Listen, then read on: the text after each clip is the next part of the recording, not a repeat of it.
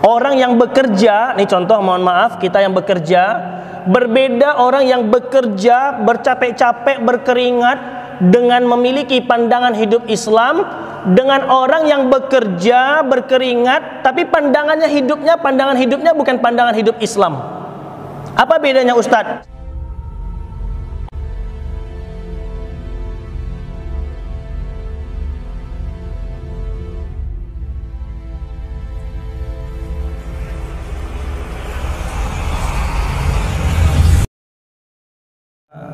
Di antara yang dilakukan oleh musuh-musuh yaitu adalah merusak akal fikiran kaum muslimin. Dimulai dari mana? Mereka memulai merusak dari yang sangat prinsip sekali atau yang paling dasar sekali, yang sering kita dengar dengan nama world view.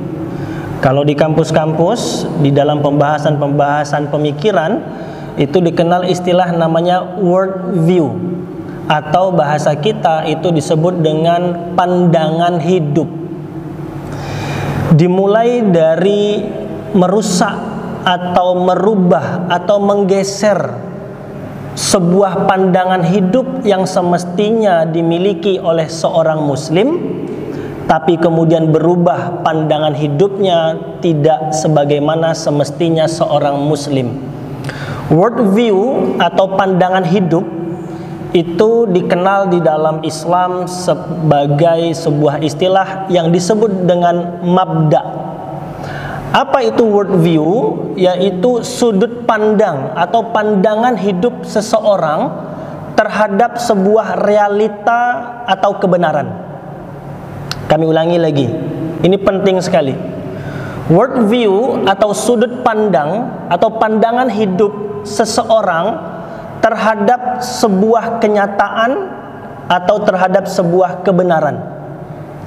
Sedangkan world view Islam, yaitu pandangan hidup Islam, itu adalah bagaimana seseorang memandang sebuah peristiwa atau sebuah kebenaran dengan standar penilaian yang semestinya dilakukan, yaitu dengan Islam.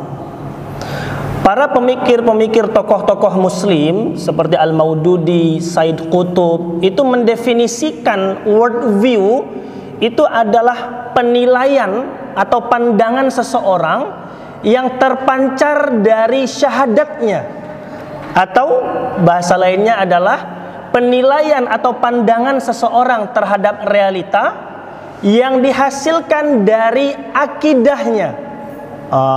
Itu dia, ya.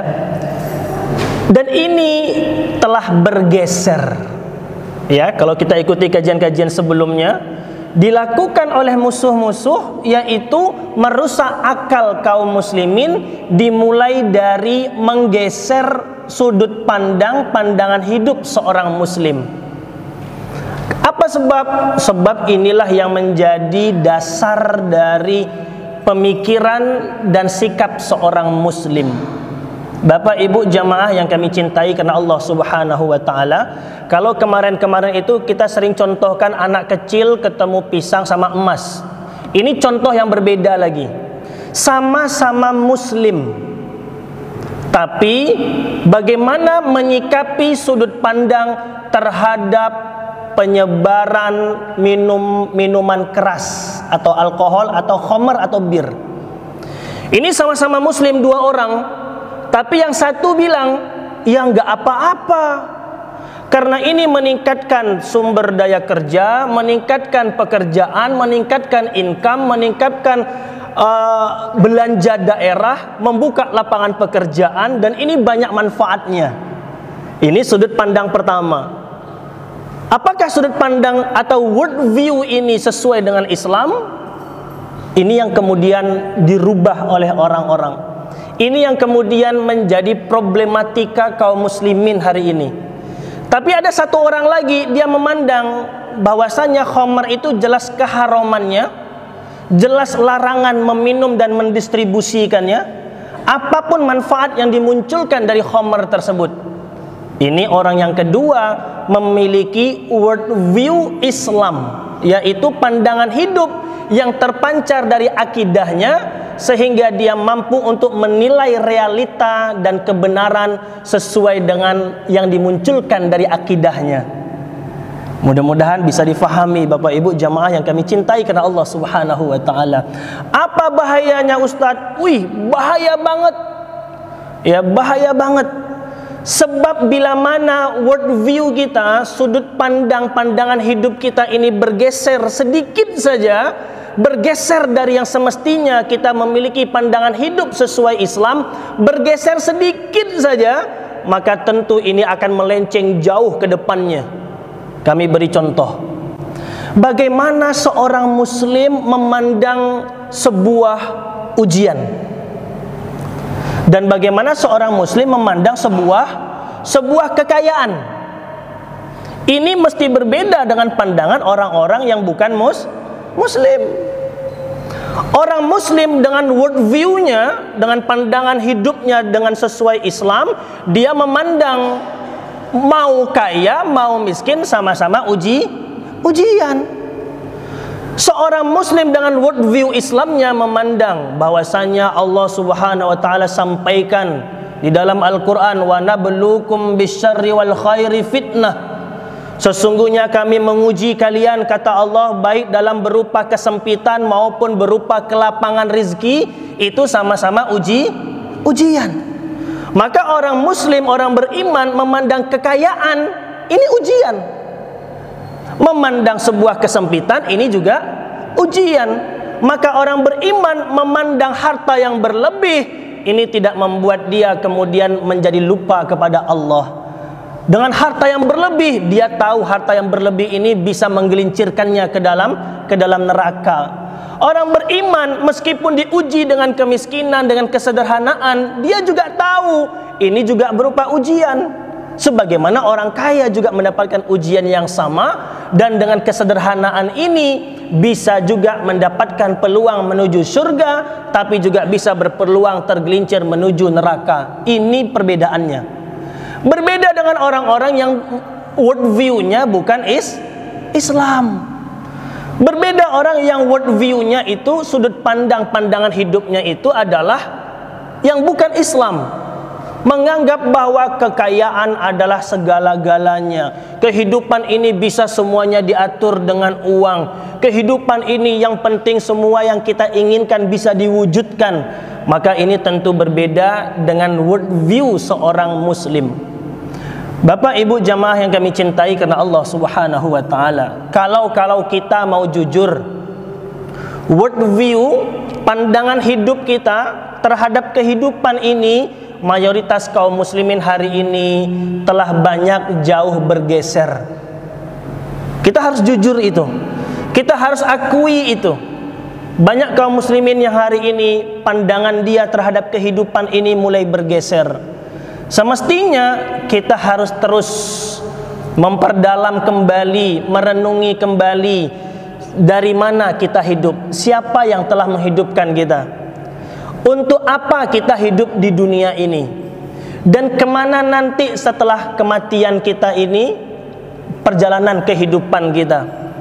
Siapa yang telah menghidupkan kita, untuk apa kita hidup di dunia ini, dan kemana nanti setelah kematian kita akan melanjutkan perjalanan kita. Dengan menjawab pertanyaan yang mendasar ini, kita akan menemukan pandangan hidup kita berbeda dengan pandangan hidup orang lain. Contoh, mohon maaf, tentu berbeda orang yang meyakini ada kehidupan akhirat dengan orang yang menganggap bahwa akhirat itu tidak ada. Apalagi di dalam Al-Quran dijelaskan, di antara ciri-ciri orang beriman itu meyakini adanya perkara gaib, adanya perkara-perkara akhirat. Ini berbeda, ya. Apalagi contohnya, akan berbeda orang yang memiliki worldview, yaitu pandangan hidup, ya, yang diatur dengan Islam dengan yang tidak diatur dengan Islam. Contoh, orang kalau dia punya worldview pandangan hidup tentang Islam dengan berkeluarga, berbeda dengan orang yang berkeluarga tanpa pandangan hidup Islam. Orang yang berbisnis dengan pandangan hidup Islam berbeda dengan orang yang berbisnis tanpa pandangan hidup Islam. Orang yang bekerja, ini contoh, mohon maaf, kita yang bekerja, berbeda orang yang bekerja bercapek-capek berkeringat dengan memiliki pandangan hidup Islam dengan orang yang bekerja berkeringat tapi pandangan hidupnya bukan pandangan hidup Islam. Apa bedanya, Ustadz? Saya beri contoh. Orang muslim dia tahu capek, berkeringat, letih mencari nafkah, tapi dia tetap tersenyum bahagia sebab pandangan hidupnya adalah Islam. Mencari nafkah bagian dari ibadah. Berbeda dengan orang yang dia bekerja berkeringat banting tulang tapi sudut pandang kehidupannya jauh dari Islam. Beda. Apa yang dia rasakan? Keluh kesah dalam hidupnya. Apa yang dia rasakan? Yang dia pikirkan dalam otaknya adalah keuntungan dan keuntungan, bukan lagi perkara halal atau haram. Sebab worldview-nya bukan sudut pandang Islam. Oleh sebab itu, mari kita kembalikan pandangan hidup kita ini yang terpancar dari akidah Islam kita ini dalam setiap realita kehidupan kita. Dalam berkeluarga, gunakan pandangan hidup Islam. Dalam berbisnis, gunakan pandangan hidup Islam. Dalam bekerja, gunakan pandangan hidup Islam. Dalam apa lagi?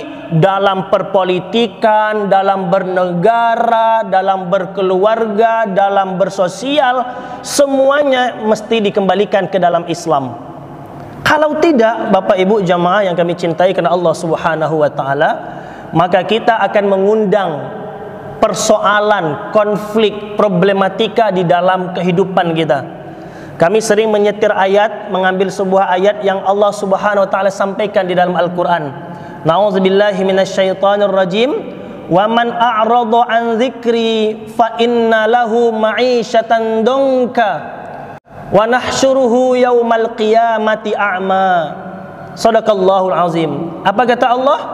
Wa man a'rada an dzikri, barang siapa yang berpaling, barang siapa yang mencampakkan, barang siapa yang enggak mau menggunakan apa yang telah aku perintahkan, kata Allah, apa yang telah aku peringatkan, kata Allah, yaitu menjalani kehidupan dengan aturan Allah Subhanahu wa taala, ya. Wa man a'rada an dzikri fa inna lahu ma'isyatan donka, maka kami akan membagikan kepada dia, menjadikannya, kata Allah, kehidupan yang bermasalah, kehidupan yang semraut, kehidupan yang penuh dengan kegelisahan. Wa nahsyuruhu yaumal qiyamati a'ma, dan kami kemudian akan menghidupkan mereka di akhirat kelak dalam keadaan mata tertutup atau buta. Bapak Ibu jamaah yang kami cintai karena Allah Subhanahu wa taala, musuh-musuh tahu sesungguhnya untuk menghancurkan kaum muslimin, geser, rusak pandangan hidupnya terhadap kehidupan ini. Untuk merusak kaum muslimin, geser, lencengkan, rusakkan pandangan hidup yang ada di dalam diri kaum muslimin terhadap bagaimana semestinya dia jalani kehidupan. Sebagai penutup, 15 menit tausiah kita pada siang hari ini. Sebagai penutup, di dalam menjalani kehidupan, kita tidak boleh menggunakan prinsip sebagaimana apa adanya, tapi gunakanlah prinsip sebagaimana semestinya. Kami ulangi lagi. Kalau kita menjalani kehidupan dengan worldview Islam, maka pandangan kita ini bukan apa adanya, tapi pandangan kita adalah sebagaimana semestinya. Ini bedanya. Contoh, ada teman ngajak bisnis dengan uang haram, terus kita bilang, cemana lagi, ini adanya. Ada teman ngajak, mohon maaf, mabuk-mabukan atau berbisnis dengan perkara-perkara yang haram, terus apa kita bilang, cemana lagi, ini adanya? Bukan. Kita mesti harus mengucapkan bagaimana seharusnya di dalam Islam. Kita harus menjalankan bagaimana semestinya di dalam Islam. Inilah kemudian kita dianggap atau menjalani kehidupan dengan pandangan kehidupan Islam. Sama contoh, kita berkeluarga, kita berumah tangga, ya, dengan kehidupan suami istri, kehidupan anak, kemudian kehidupan bertetangga, berkeluarga besar. Kita bilang, ayo udahlah, cemana lagi, istri buka aurat, cemana lagi, anak perempuan dibawa sama pacar-pacarnya, cemana lagi, itulah adanya. Tidak, kita mesti harus mengembalikan bagaimana semestinya di dalam Islam.